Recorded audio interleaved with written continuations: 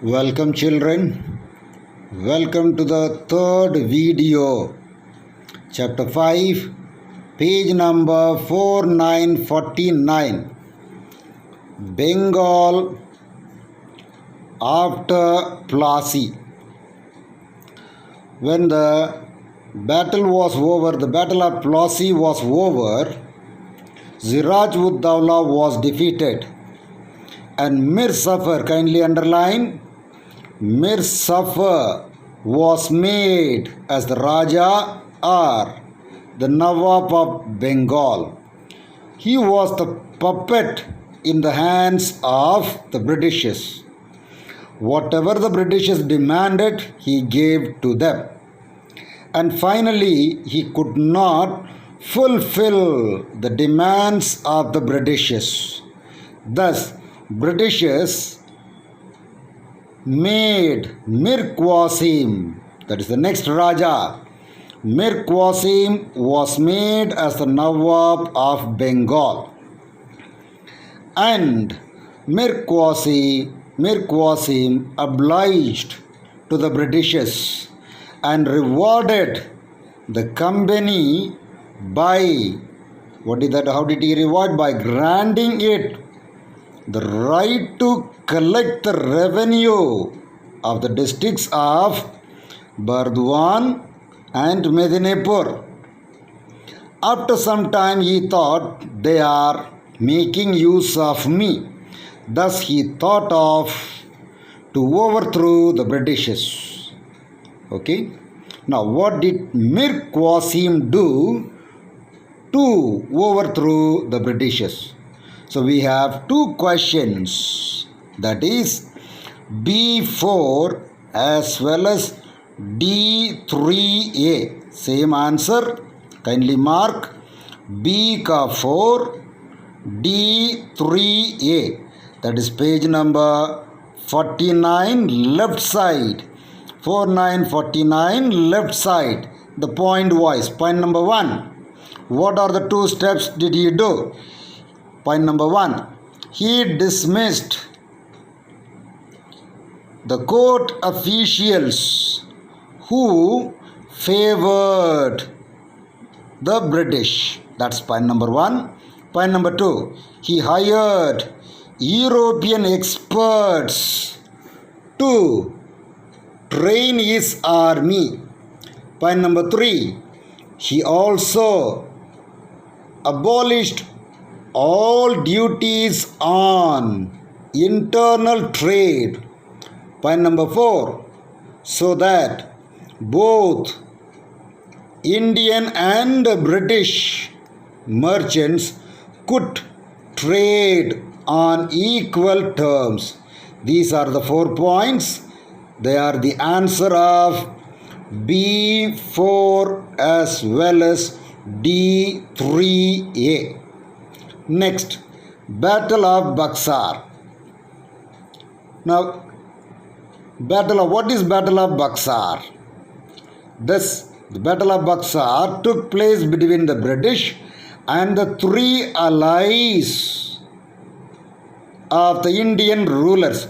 3 Indian rulers together and the British. They met in the place called Buxar and the battle took place. Thus it is called Battle of Buxar. In this, they defeated the Indian forces. All the 3 rulers together were defeated. The extra question I will send in the assignment. And what was the outcome of this Battle of Buxar? You have a question D3B. D3B. Point number 1. From there you begin. Point number 1. Okay.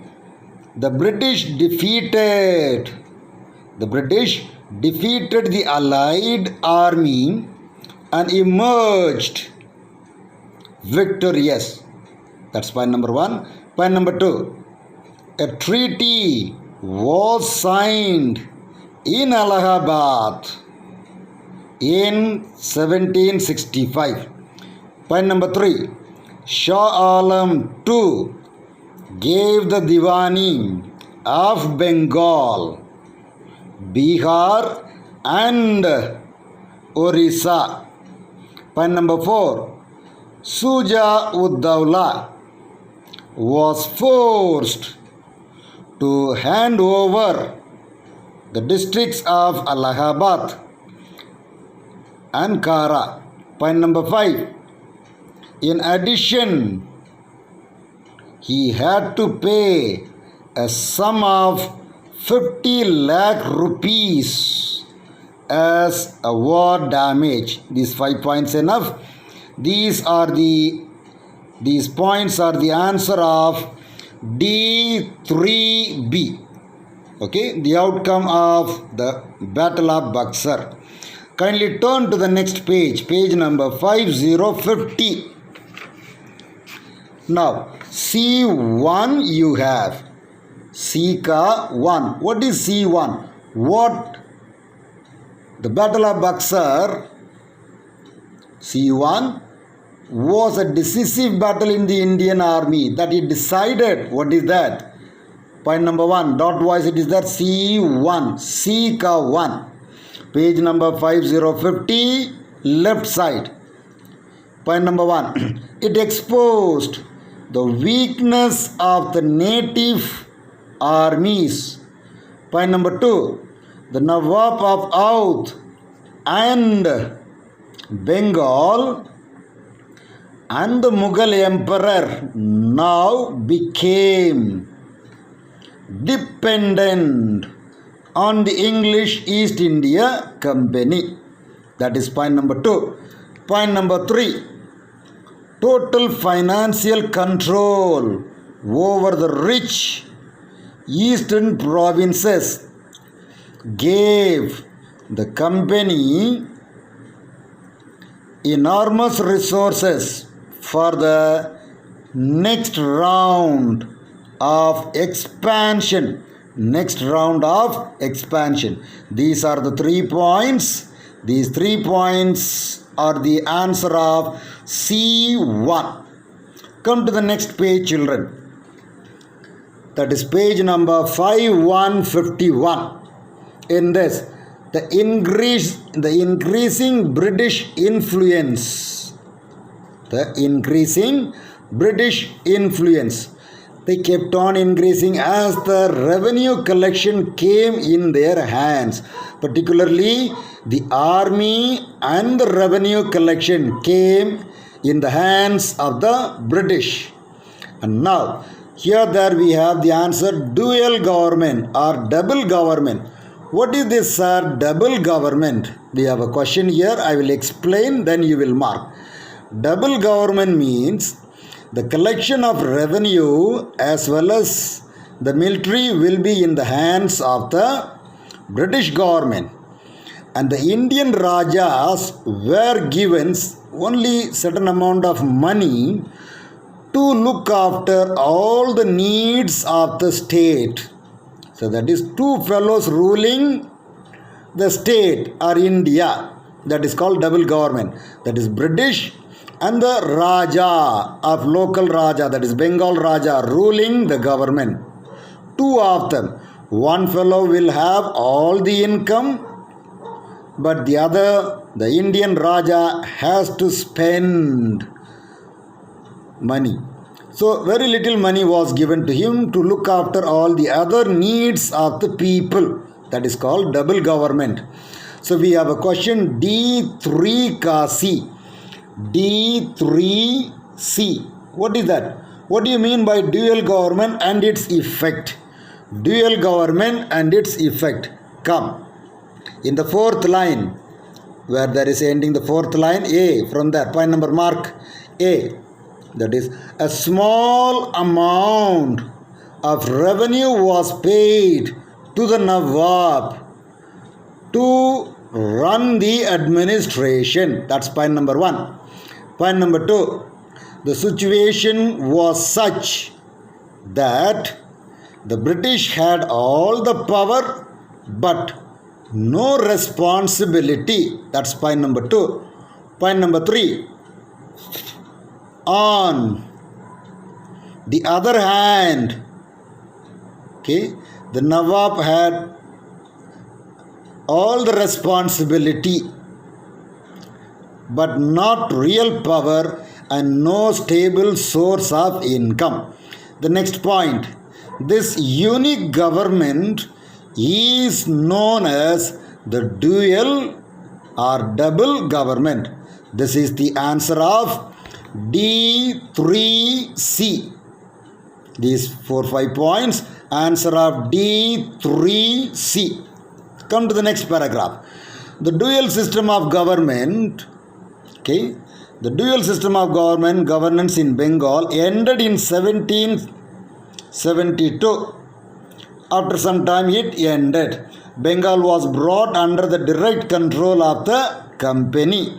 The new governor, underline the Governor General, two of them extra question. Warren Hastings, the Warren Hastings was the new governor. Embarked, he made sure on expanding the British influence further. The new governor, Warren Hastings. Warren Hastings is the one who brought or he abolished the dual government. Then come page number 51, the last paragraph, Mysore. So the kingdom of Mysore was ruled by two Rajas. One is Hyder Ali and the other one is Tipu Sultan. So between Hyder Ali and Tipu Sultan, that's Tipu Sultan, they are Indian rulers. The war took place, that is the Britishers attacked in the beginning Hyder Ali, that is first Mysore War, Anglo-Mysore War. The second is with the Tipu Sultan, the Britishers fought. This is called second Anglo-Mysore War. But this war ended with no significant gains were made by either powers.